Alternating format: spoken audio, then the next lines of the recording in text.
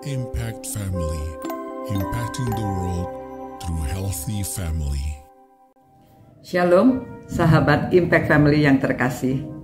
Saudara-saudara, kita sedang membicarakan orang-orang yang dianiaya. Ya, kita sudah mendoakan dan kita lihat bagaimana sikap seorang yang dianiaya di dalam Kristus. Ya, memang teladannya yang pertama adalah Kristus sendiri.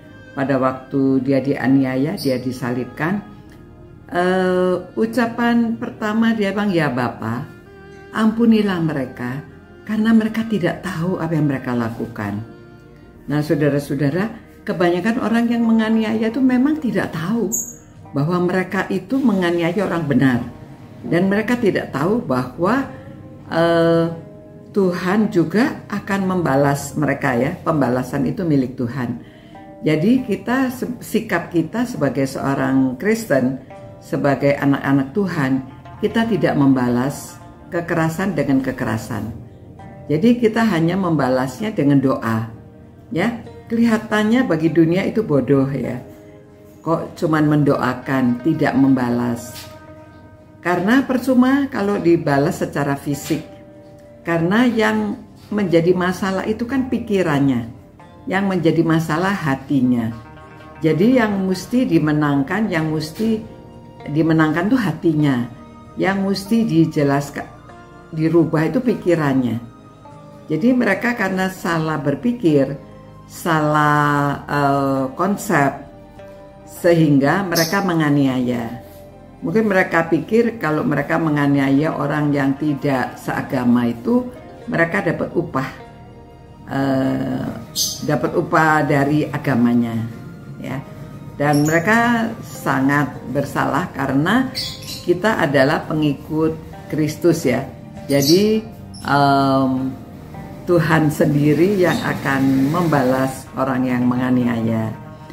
Nah, kita juga lihat sikap Stefanus pada waktu dia menjelaskan hal yang benar, menjelaskan tentang bagaimana Tuhan melalui Yesus Kristus yang memberikan pengampunan dosa, bahwa Tuhan Yesus disalib itu karena mereka ya. Jadi orang-orang marah sehingga dia diseret, apalagi dia mengatakan bahwa dia sudah melihat Tuhan di sebelah kanan Allah Bapa. Mereka marah sekali karena mereka pikir itu menghujat. Ya, jadi mereka tidak tahu. Jadi Stefanus juga tidak berdoa membalas, tetapi dia berdoa, Tuhan jangan, dia katakan ya, Tuhan janganlah tanggungkan dosa ini kepada mereka. Dan dengan perkataan itu dia meninggal. Ya. Malah jangan menanggung dosa ini kepada mereka. Berdoanya begitu. Ya, memang kita tahu bahwa Tuhan Yesus juga mengatakan bahwa pembalasan itu haknya Allah. Jadi bukan kita. Jadi kita itu kalau seandainya dianiaya oleh karena Kristus, ya memang kita mengangkat salib Kristus. Ya, ikut penderitaan di dalam Tuhan Yesus Kristus. Petrus juga menjelaskan demikian ya. Jadi itu sebabnya saudara-saudara, kita lihat ini sikap orang yang dianiaya, sikap orang Kristen ya, sikap orang pengikut Kristus. Pada waktu mereka dianiaya, bisanya berdoa, bahkan tidak memintakan pembalasan dari Tuhan.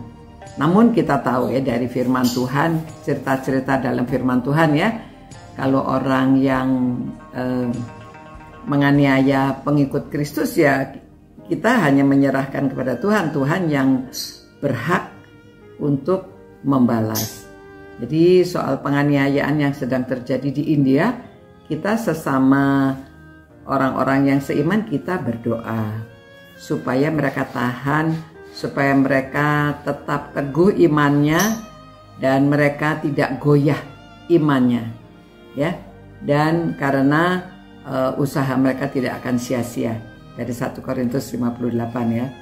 Jadi apa yang mereka kerjakan tidak akan sia-sia, akan kembali ya. Kita percaya mungkin orang-orang yang menganiaya itu pada suatu saat mereka bertobat Ya, kita mendengarkan kesaksian-kesaksian orang yang membakar gereja, orang yang menganiaya orang Kristen. Akhirnya mereka memang ada penglihatan dan atau mereka bertobat karena perbuatan orang Kristen, sehingga akhirnya mereka malah menjadi pengikut Tuhan Yesus. Kita tidak tahu.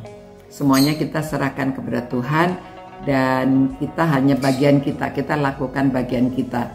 Kita mendoakan mereka supaya mereka bertobat, dan Tuhan sendiri yang memberikan penglihatan, ataupun Tuhan memberi bagaimana saja itu caranya Tuhan, bermacam-macam caranya Tuhan.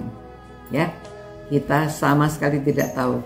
Itu sebabnya kita hanya berdoa dan pasrah kepada Tuhan pada waktu ada orang yang menganiaya.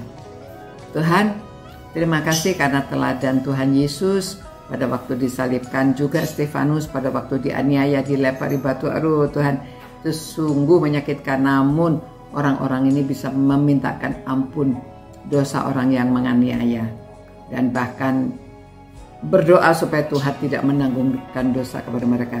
Tuhan, kami berdoa juga untuk orang-orang yang sedang dianiaya di India. Kiranya Tuhan sendiri yang menilik mereka, Tuhan memberi mereka kekuatan, ketabahan hati, iman yang kuat, teguh, dan bahkan supaya dalam keadaan ini pun mereka juga bisa tetap berbuah.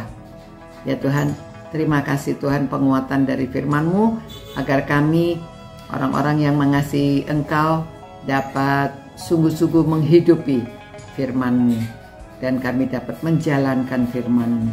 Demi nama Tuhan Yesus kami berdoa. Amin.